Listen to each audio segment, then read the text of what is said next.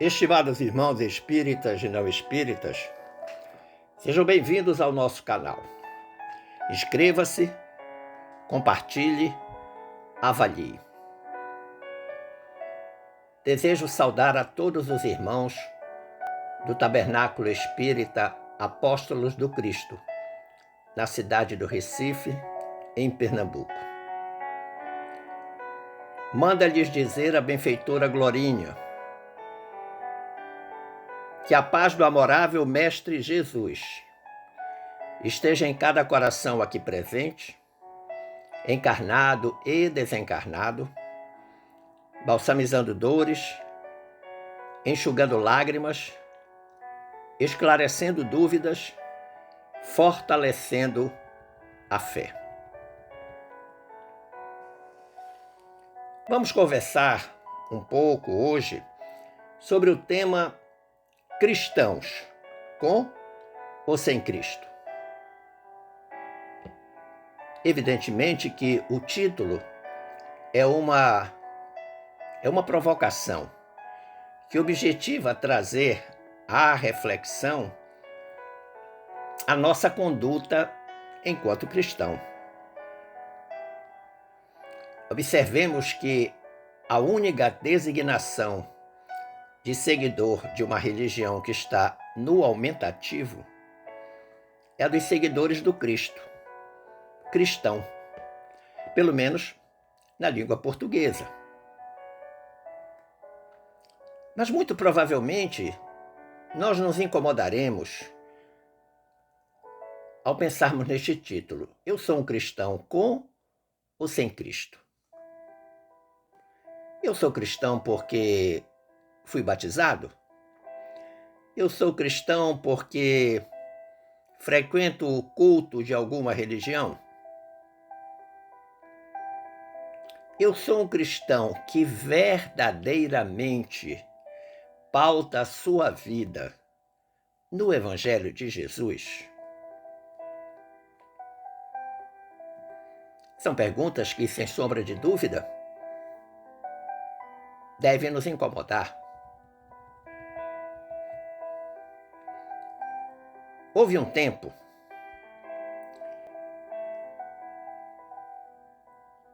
o tempo de Jesus, em que ele não criou nenhuma religião, muito menos uma igreja. Os ensinamentos de Jesus, todos de natureza moral, apresentavam para nós o caminho desta evolução moral, sem a qual não podemos aspirar o reino dos céus, que já está em nós mesmos, que precisamos desvelá-lo. Precisamos consolidá-lo. Precisamos ampliá-lo dentro de nós mesmos. Antigamente, ser cristão significava ser portador de grande coragem. Amar o Cristo significava ir às últimas consequências, doando a vida, sacrificando a posição social, sacrificando os próprios seres amados, se necessário fosse. Recordemos os primeiros cristãos, os primeiros mártires do cristianismo. Mas o que mudou daquela época para cá? Eu creio que durante aproximadamente 17 séculos, permanecemos numa espécie de escuridão da alma, pois os ensinamentos do nosso Mestre, do nosso amorável Jesus, passaram a ser deturpados e ajustados à conveniência dos homens.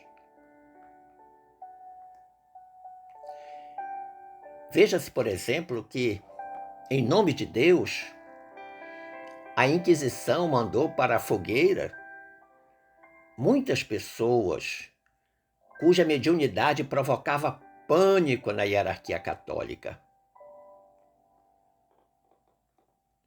Vamos recordar Joana d'Arc? Vamos recordar John Huss?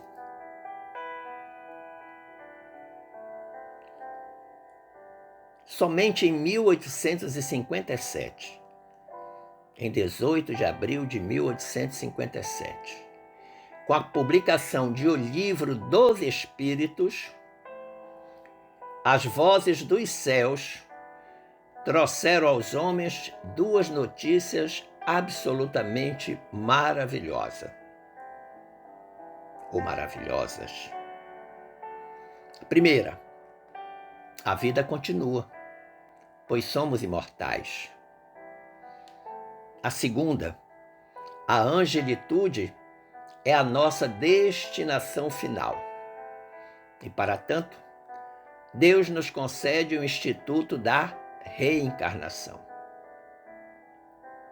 Criados simples e ignorantes, a nossa destinação é nos tornarmos anjos, alcançarmos a Assembleia dos Espíritos puros. Essa é a nossa fatalidade, se assim podemos dizer. E aí eu recordo uma canção muito bonita, interpretada por Valda Sedícias, em que ela diz: um dia todos nós seremos anjos.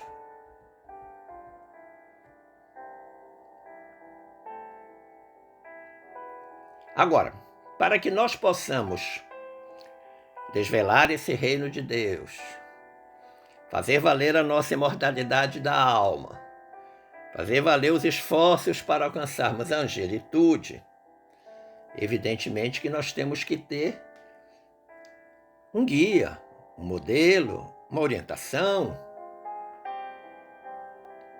Recordemos ainda que quando Kardec perguntou aos venerandos espíritos colaboradores, lá na questão 625 de O Livro dos Espíritos, qual o tipo mais perfeito que Deus tem oferecido ao homem para servir de modelo e guia, os venerandos colaboradores monossilabicamente responderam: Jesus.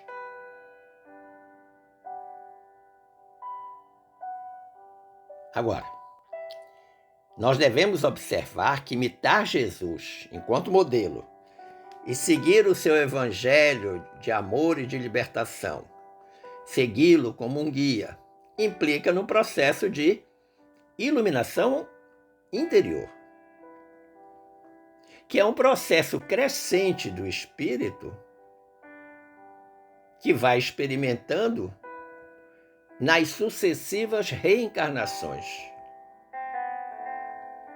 Tal como nos afirma o espírito Carlos Torres Pastorino, através da pena mediúnica de Divaldo Franco, no capítulo 24 da obra Impermanência e Imortalidade. Mas eu disse inicialmente que o título era Cristãos com ou sem Cristo. Reflitamos como deve ser o cristão sem Cristo.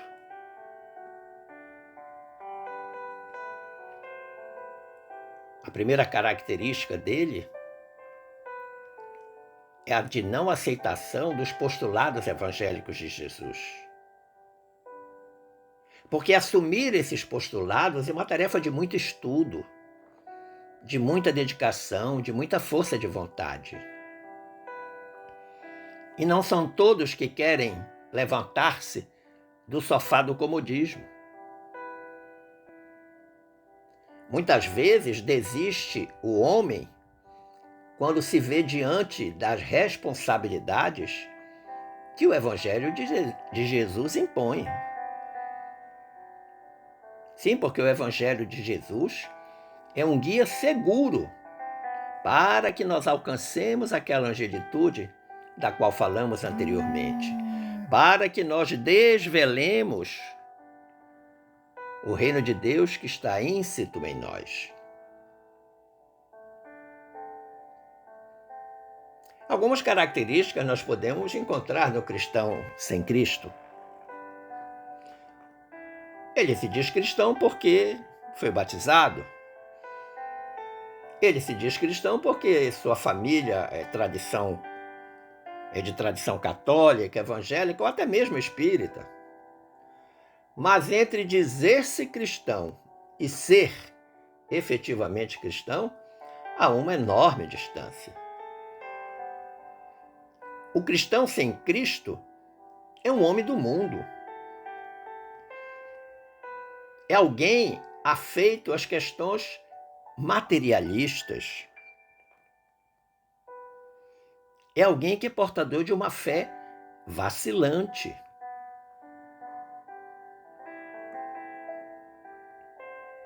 Recordemos o capítulo 19 do nosso Evangelho segundo o Espiritismo, cuja temática é a fé transporta montanhas. Lá no item 2 deste capítulo, há uma orientação dos colaboradores espirituais de Kardec, quando dizem: da fé vacilante resultam a incerteza e a hesitação, de que se aproveitam os adversários que se tem de combater. Essa fé não procura os meios de vencer, porque não acredita que possa vencer. Este não acreditar que possa vencer é que torna esta fé uma fé vacilante. E veja que interessante. Todo aquele que está entre a incerteza e a hesitação na questão da fé se torna presa fácil dos adversários que nós deveríamos combater, que são os adversários, a turma do mal, a turma das trevas. Os espíritos que ainda não alcançaram a verdadeira luz e que se tornam muitas vezes nossos obsessores. Quando eles percebem que a nossa fé é vacilante, que nós estamos aí hesitando, eles se aproveitam disso e consolidam em nós a ideia de que não vale a pena procurar meios e estratégias para vencer esta circunstância. Porque, de uma forma pessimista, a gente acaba não acreditando que possa vencer. Outra característica que muito assinala o cristão sem Cristo é o estacionamento na zona do comodismo. Por quê? Porque as orientações evangélicas de Jesus exigem mudanças significativas, mudanças profundas, fortes, com firmes tomadas de decisão. Não pode haver nenhum tipo de vacilação.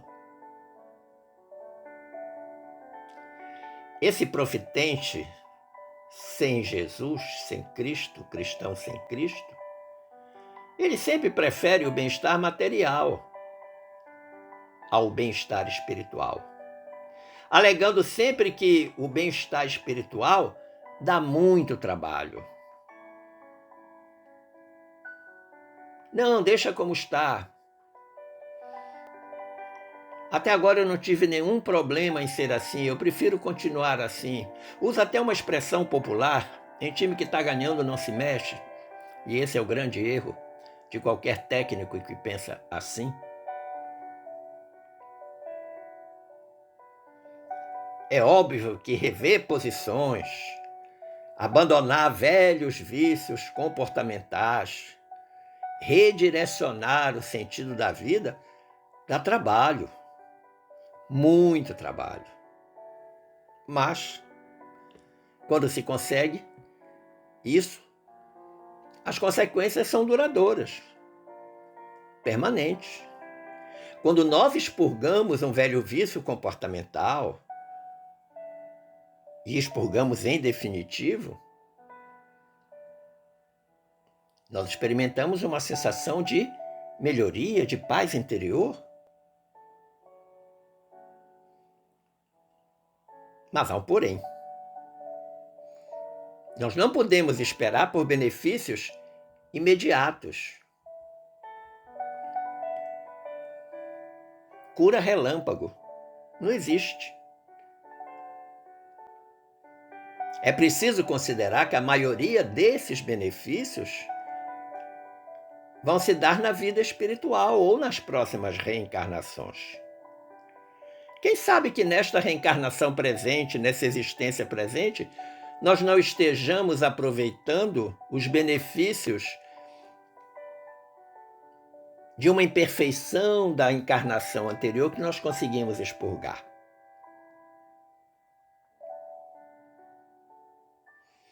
Outro aspecto que é muito presente no cristão sem Cristo é o aligeiramento do julgamento dos fatos e das pessoas que estas criaturas têm.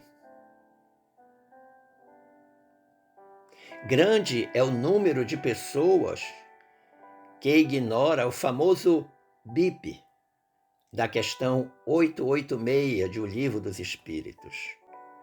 O que significa este BIP? Resposta à questão feita por Kardec. Qual o verdadeiro sentido da palavra caridade, como entendia Jesus? Responderam os espíritos superiores. Benevolência para com todos, indulgência para as imperfeições dos outros, perdão das ofensas. B de benevolência, I de indulgência, P de perdão, BIP. Perguntemo-nos como vai o nosso BIP. Tem verdadeiramente bipado? Nós devemos considerar ainda que o cristão sem Cristo rejeita, na maioria das vezes, a tese de que a vida continua. Ele acha que nasceu, cresceu, morreu, ponto. Ele advoga a tese da existência única. Evidentemente que para quem deseja mudar, sair da condição de sem Cristo para a condição de com Cristo, é um grande desafio, sem dúvida. Recordemos a fala de Jesus, constante no versículo 33 do capítulo 16 do Evangelho de João. O que disse o Mestre? Eu disse essas coisas para que em mim vocês tenham paz. Então a paz que nós precisamos é a paz em Jesus, não a paz que o mundo nos oferece, que é uma paz ilusória. E Jesus disse mais: neste mundo vocês terão aflições. Sim ou não? Você tem aflições? Bem-aventurados os aflitos.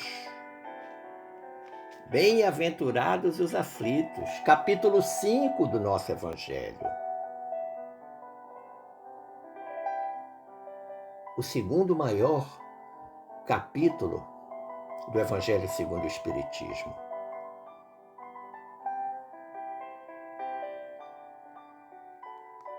Quando Jesus diz, neste mundo vocês terão aflições, imediatamente ele coloca uma conjunção adversativa e traz a esperança, traz o alento.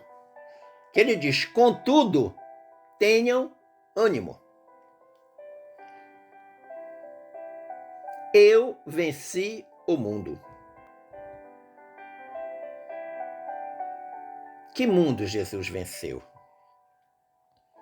O mundo das facilidades, da falta de compromisso, da falta de seriedade nas questões da religiosidade de cada um,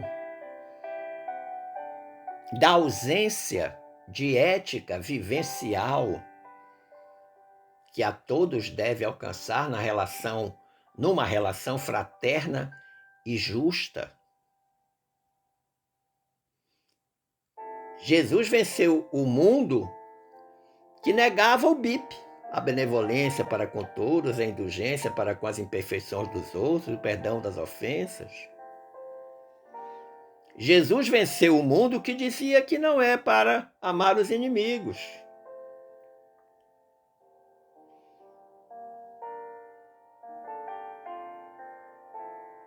Para ser cristão com Cristo, é preciso romper com o mundo das imperfeições, cristalizadas na linha do tempo nas sucessivas reencarnações de cada um de nós. Recordemos Jesus, o modelo e guia de nossas vidas, que, ao convidar os discípulos para a epopeia da Boa Nova e para a implantação do amor na Terra, jamais exigiu que eles se distanciassem da convivência do próximo ou que abandonassem os seus labores profissionais. Não era necessário levar uma vida de ermitão, uma vida monástica, recluso, afastado da convivência social. Não, muito pelo contrário. Era preciso enfrentar os desafios da convivência diária, com as suas tentações, com os seus contrários. Num esforço de síntese, nós podemos dizer que 3 devem ser os compromissos do cristão com Cristo. O primeiro, buscar o aprimoramento espiritual sem fugir das experiências da vida e com as pessoas. O segundo compromisso, exercitar momentos de solidão reflexiva, sim, de oração silenciosa, de meditação, de comunhão com os benfeitores espirituais. Nós precisamos reaproximarmos-nos do que chamamos de anjo da guarda, do nosso benfeitor, da nossa benfeitora. Dialogar diariamente com eles, dialogar com Jesus, dialogar com Deus, e que muitas vezes nem precisa da verbalização oral. No silêncio do coração, mentalmente, nós podemos manter este diálogo. Podemos e devemos manter esse diálogo. Em determinados momentos da vida, nós precisamos nos recolher, ficarmos dentro de nós mesmos, afastarmos-nos um pouco do burburinho da vida, das coisas do mundo. E o terceiro compromisso daquele que deseja ser um cristão com Cristo é o de jamais desperdiçar as oportunidades do cotidiano para expressar a sua espiritualidade e a sua identificação com as propostas do Cristo. Ou seja, testemunhar o Evangelho nas atitudes, nas condutas, no comportamento. Para que nós não sejamos um cristão com Cristo na teoria.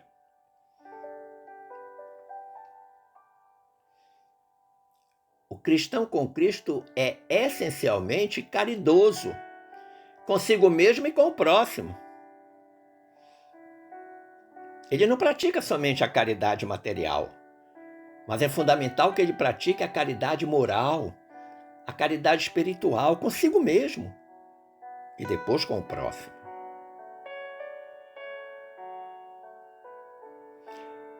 No capítulo 47 da obra Conduta Espírita, essa obra mediúnica Ela é do espírito André Luiz com o médium Valdo Vieira.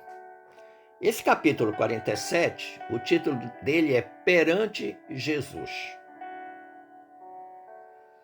E lá André Luiz discorre sobre o padrão de comportamento do cristão que adota Jesus como modelo e guia, e do qual eu separei 3 elementos do texto que eu modestamente considero fundamentais.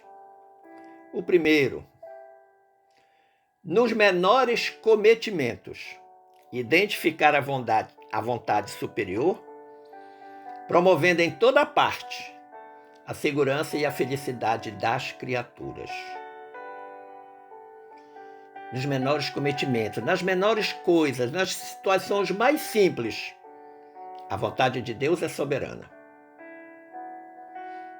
E naquela circunstância, seja ela qual for, a nossa obrigação moral, ética e espiritual é promover a segurança e a felicidade das criaturas.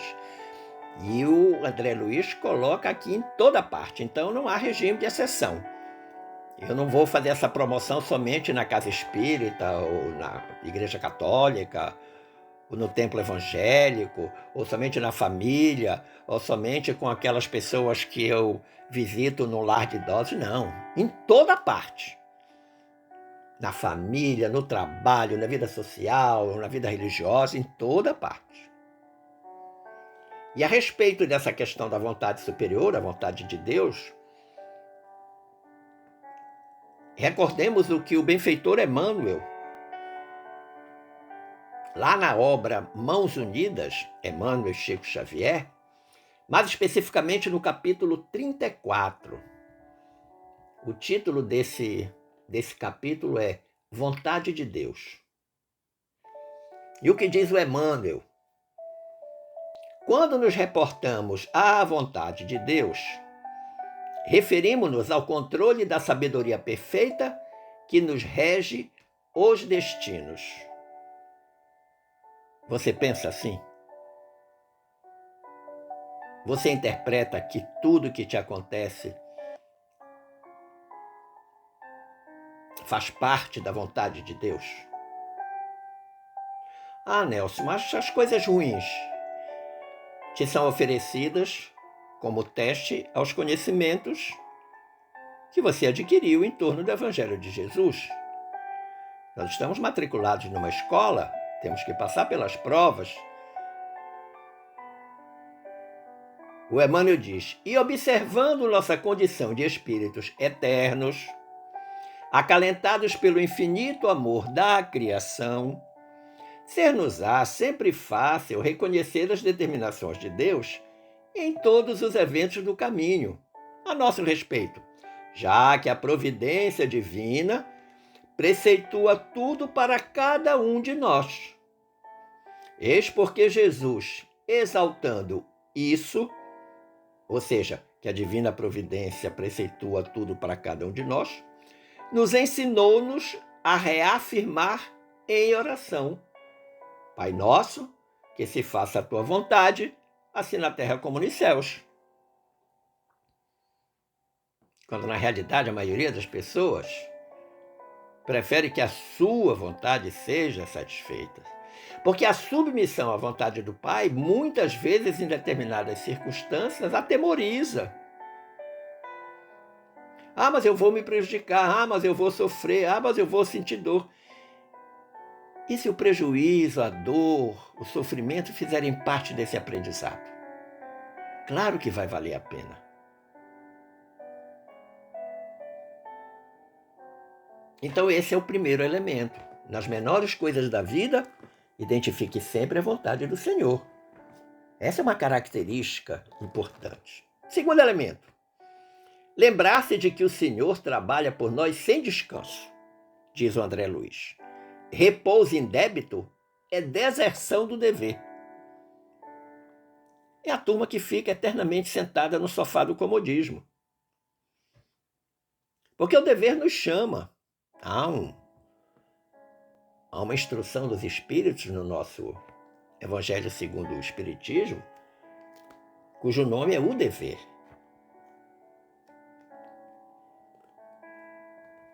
Em que é feita uma apreciação sobre as nossas obrigações, sobre os nossos compromissos.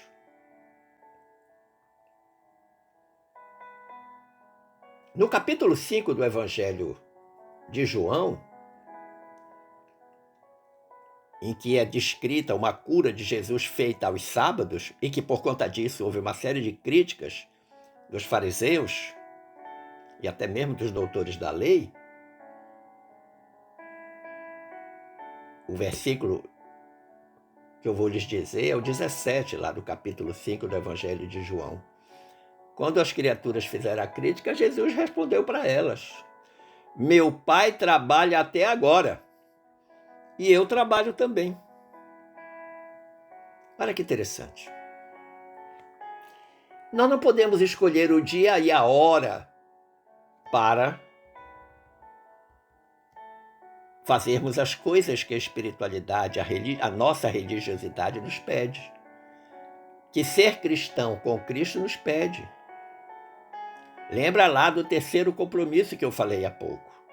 Jamais desperdiçar as oportunidades do cotidiano para expressar sua espiritualidade e identificação com as propostas do Cristo. Nós não podemos deixar passar a oportunidade. E nas coisas mais simples, nos menores cometimentos, as coisas mais simples. Eu vou lhes dar um exemplo em que nós podemos ser gentil, cordato. Você vem dirigindo o seu carro por uma via, e há um cruzamento, e alguém no sentido oposto quer entrar à esquerda desse cruzamento. Você vem pela faixa da direita. Não há sinal, não há nenhum orientador do trânsito. A via que você está é preferencial. E todo mundo coloca o pé no acelerador e a criatura parada lá na esquina com a seta ligada à esquerda e ninguém deixa ela passar. Coisinha simples, muito simples. Você para e deixa a criatura passar. Deixa ela fazer a conversão à esquerda. Neste momento, você levantou do sofá do comodismo.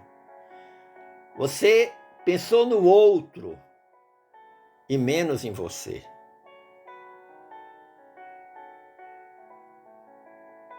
Qualquer que seja o momento e a circunstância, toda hora é hora de fazer o bem.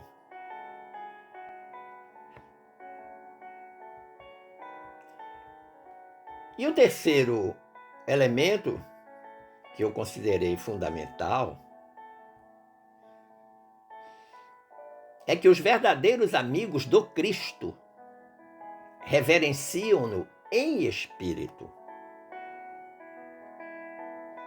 E em todas as circunstâncias, estes verdadeiros amigos elegem o Senhor Jesus, o nosso amigo, o nosso irmão, o mestre invariável de cada dia. É o nosso eterno professor, nosso único e grande professor.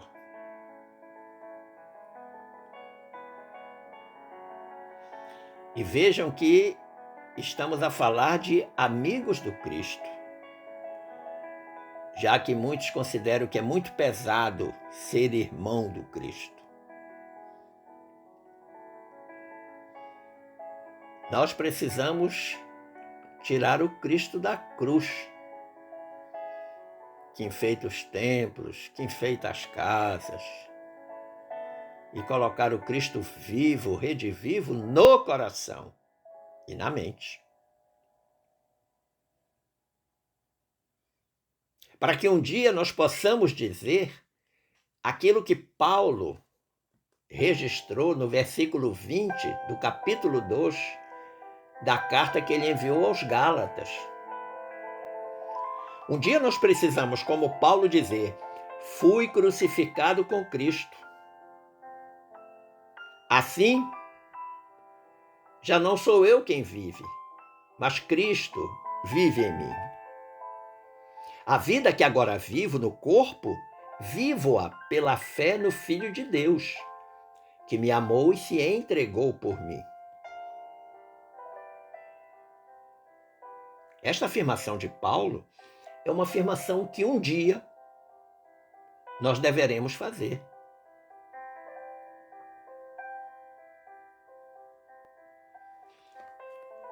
Eu tenho uma proposta para você, meu amigo, minha amiga.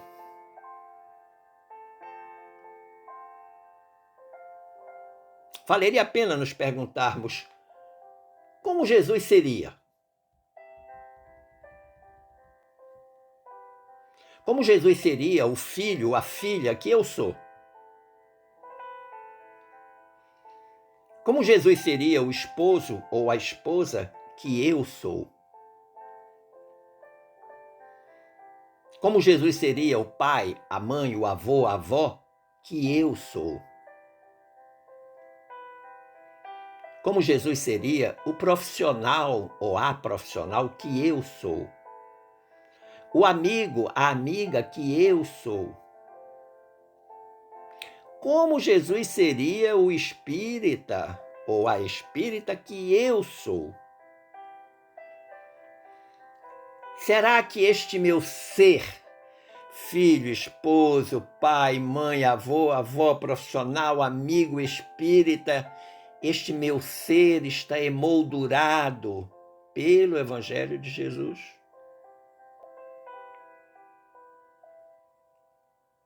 Será que eu estou no caminho certo para um dia dizer o que Paulo disse aos Gálatas?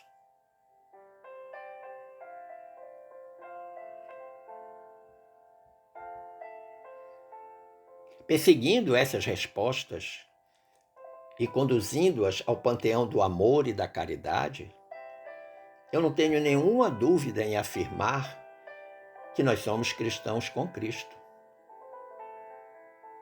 Emoldurando o nosso proceder, elegendo o Evangelho de Jesus como paradigma da nossa existência, como norte da nossa existência, eu não tenho nenhuma dúvida em afirmar que somos cristãos com Cristo. Fora disso, fica uma grande dúvida, uma grande interrogação, mas que deverá ser respondida individualmente, no íntimo do coração de cada um de nós. Esperando ter contribuído para o entendimento deste tema, eu agradeço o carinho da atenção, as boas vibrações dispensadas e desejo que fiquemos todos em paz com Jesus. Um forte abraço.